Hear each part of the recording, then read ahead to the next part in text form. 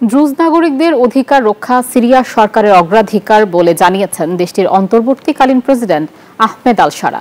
তবে সিরিয়ার জনগণ যুদ্ধকে ভয় পায় না, আর হুমকির মুখে পড়লে তারা লড়াই করতে প্রস্তুত বলে দাবি করেছেন শারা। এর আগে 4 দিনের রক্তক্ষয়ী সংঘাত শেষে সুয়েদা অঞ্চলে যুদ্ধবিরতিতে সম্মত হয় ইসরায়েল ও সিরিয়া। পরে গুরুত্বপূর্ণ সুয়েদা শহর থেকে সৈন্য সরিয়ে নিতে সম্মত হয় এবং দ্রুজ মিলিশিয়াদের সঙ্গে একটি নতুন চুক্তিও করে। বুধবার সিরিয়ার রাজধানী দামেস্কে তীব্র বিমান হামলা চালায় ইসরায়েল।